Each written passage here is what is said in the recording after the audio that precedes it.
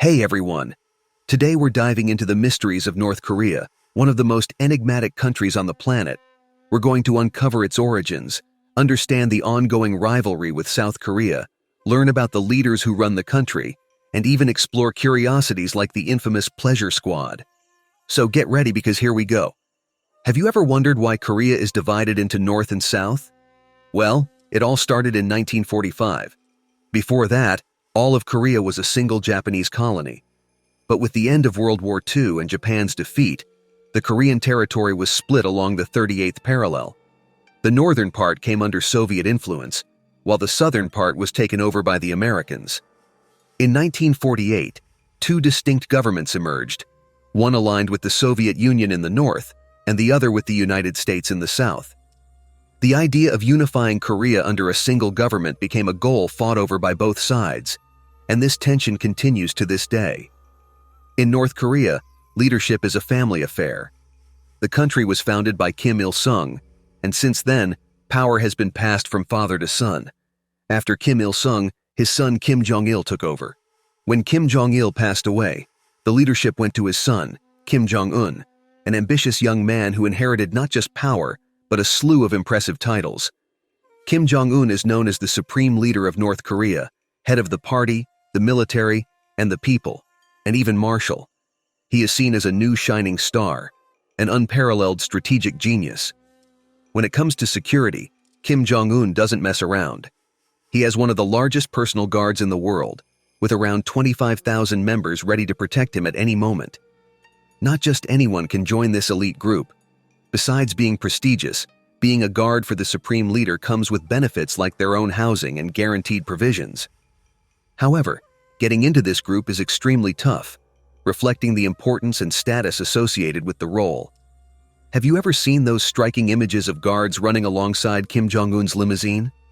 They're not just any escort, they're a real trademark of the North Korean leader.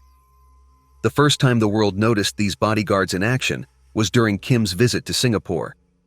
Cameras caught dozens of them, all dressed in sharp black suits, keeping pace with Kim's Mercedes in a coordinated run. These guards form the first line of defense for the leader, responsible not only for keeping an eye on the surroundings, but for directly protecting him.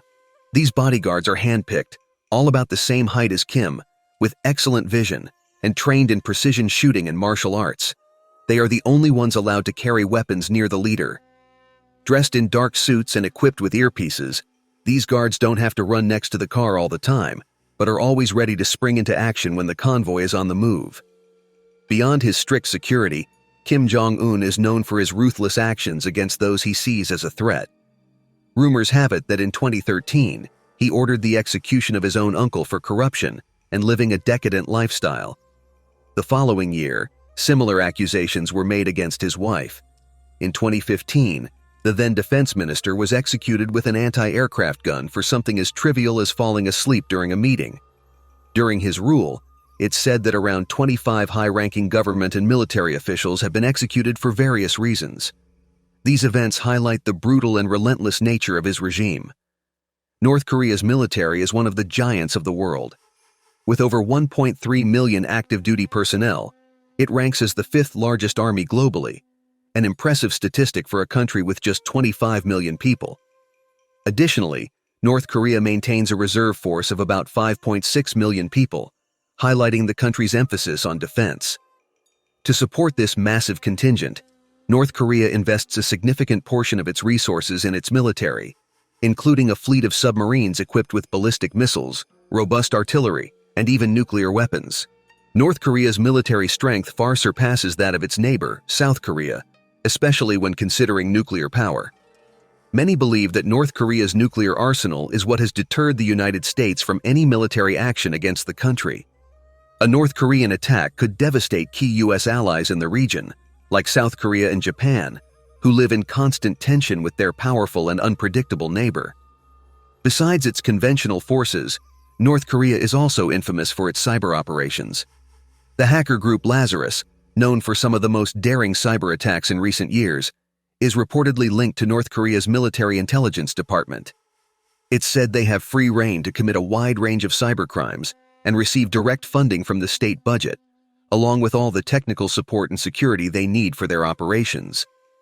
In 2020, it's alleged that around $300 million was siphoned from international bank accounts. These funds might have been used to finance nuclear weapons and ballistic missile programs, though this isn't fully confirmed.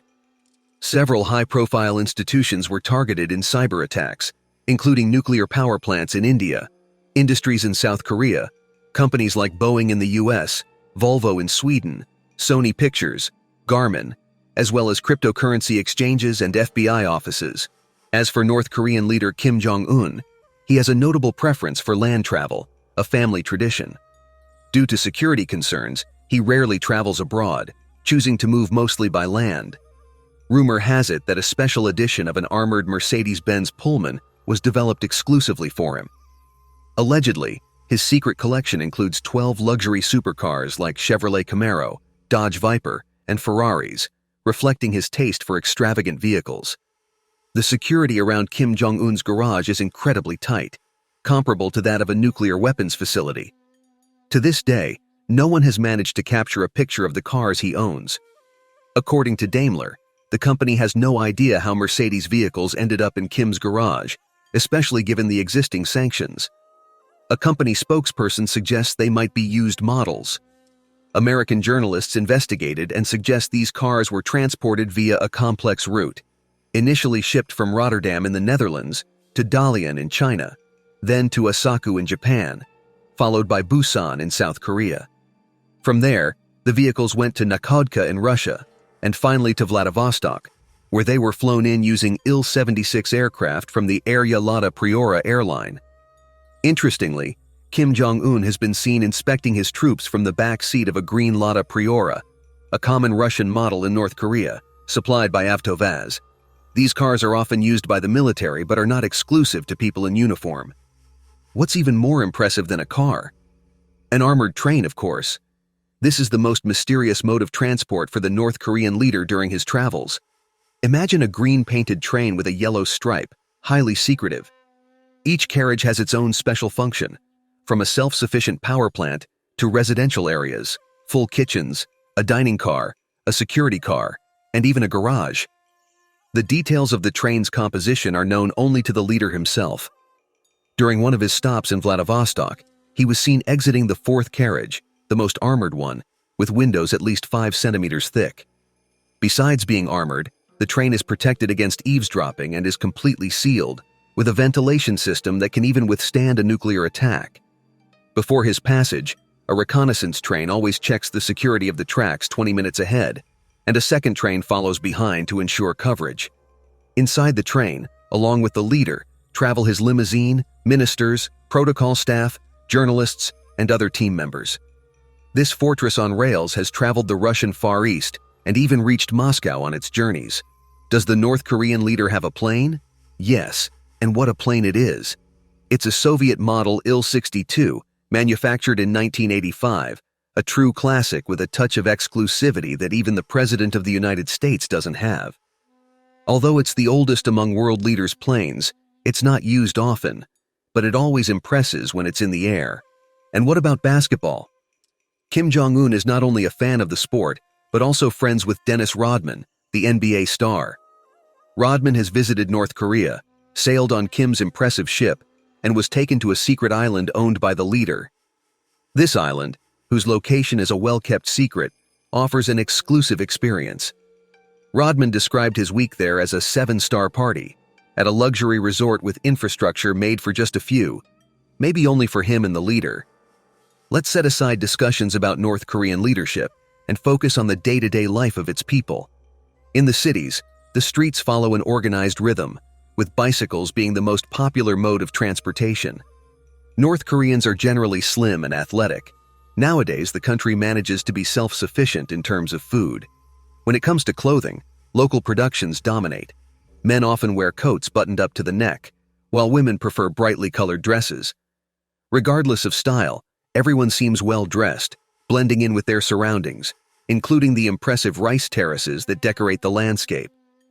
You know that famous Soviet monument dedicated to the worker and the kolkhoz woman? In North Korea, there's a similar statue, but with a special touch.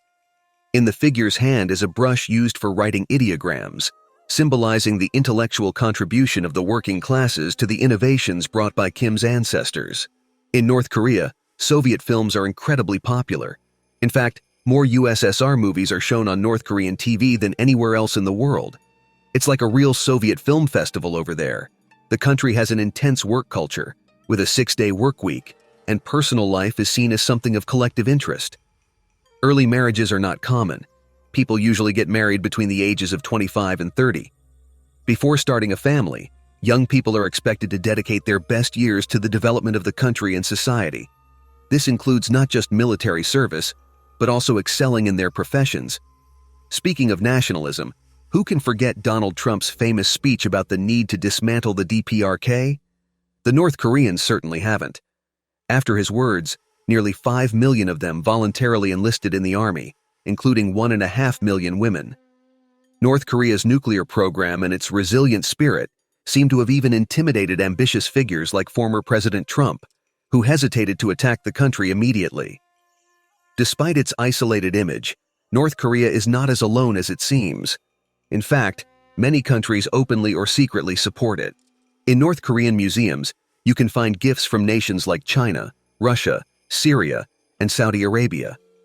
Surprisingly, North Korea maintains diplomatic relations with 161 countries. When it comes to media, North Korea has one of the most enigmatic systems in the world. The radio station Voice reaches the globe through shortwave, medium wave, and satellites, broadcasting in 8 different languages, including Russian. However, within the country, media freedom is severely restricted. Listening to foreign broadcasts is forbidden, with severe punishments for those who disobey. Radios can only be tuned to local channels, TVs are registered and have their settings locked, and the internet is banned, replaced by a restricted national network. Additionally, North Korea publishes newspapers in English and French, along with the official Korean. People flee North Korea for various reasons. Some seek to escape the authoritarian regime. Others are looking for a new life, while some try to avoid punishment for crimes committed or are considered traitors. Most of these refugees seek shelter in South Korea. Until 1993, South Korean law offered these refugees a considerable monetary subsidy. Besides money, those who shared valuable intelligence information received substantial rewards linked to the value of gold. Additional benefits included housing, higher education opportunities, and even the chance for former military personnel to serve in equivalent positions they held in the North. Some refugees even received personal protection. Interestingly, there are also records of people making the reverse journey, fleeing to North Korea. This might seem surprising, but it happens in exceptional cases, involving both northern and southern citizens. These situations are rarer and often involve unique and specific circumstances. The reasons why North Koreans return to their country are varied and complex. First, North Korean special agents are required to return after completing their missions abroad. Second, many refugees face adaptation difficulties, such as integration problems and discrimination in foreign countries, which make them return to North Korea in search of familiarity and acceptance. Lastly, there are individuals who flee to avoid punishment or repercussions for their actions in other countries. Among these are some notable South Koreans, like defectors or former government officials who moved to the north. For example, Kanthamu, a South Korean army officer who migrated to the north in the 1940s and rose to the rank of lieutenant general, and Yoon Nobin, a philosophy professor who fled in 1983. There are also cases like Toksin, a former South Korean foreign minister who emigrated in 1986, and whose son also chose to live in North Korea recently, during Kim Jong-un's rule. Additionally, personalities like Major General Wei Huni, one of the pioneers of Taekwondo, and Mr. Lee, a Ministry of Maritime Affairs official who faced enormous debts and personal issues before trying to flee to the north, also illustrate the complexity of these decisions. These returns are often motivated by a combination of personal, political, and social factors that reflect the intricate relations between the two Koreas. In recent times, North Korea has taken a more lenient stance towards defectors who return to the country, as long as they don't bring state secrets with them. These returnees not only escape punishment, but are also co-opted by the regime to help with its propaganda machine. They are required to talk about the hardships they faced abroad, openly criticize the capitalist way of life, and even write articles about their experiences. For defectors coming from South Korea, the situation is different. Unless they are of great value to the government, they will likely be sent back. In North Korea, freedom of movement is extremely limited, especially for foreigners. If you're not North Korean and visiting the country, you're likely to be assigned an invisible partner who will accompany you at all times, watching your every move and who you interact with. Information coming out of the country is scarce and often contradictory. Western media is frequently accused of portraying a negative image of North Korea, intensifying the mystery about what really goes on there. The stories we hear about life in the country and the government's practices are so extraordinary that it's hard to separate fact from fiction. Personally, I'm curious about visiting North Korea. How about you? Would you be interested in visiting the country under Kim Jong-un's regime? Share your thoughts in the comments and keep a good sense of humor. See you in the next video.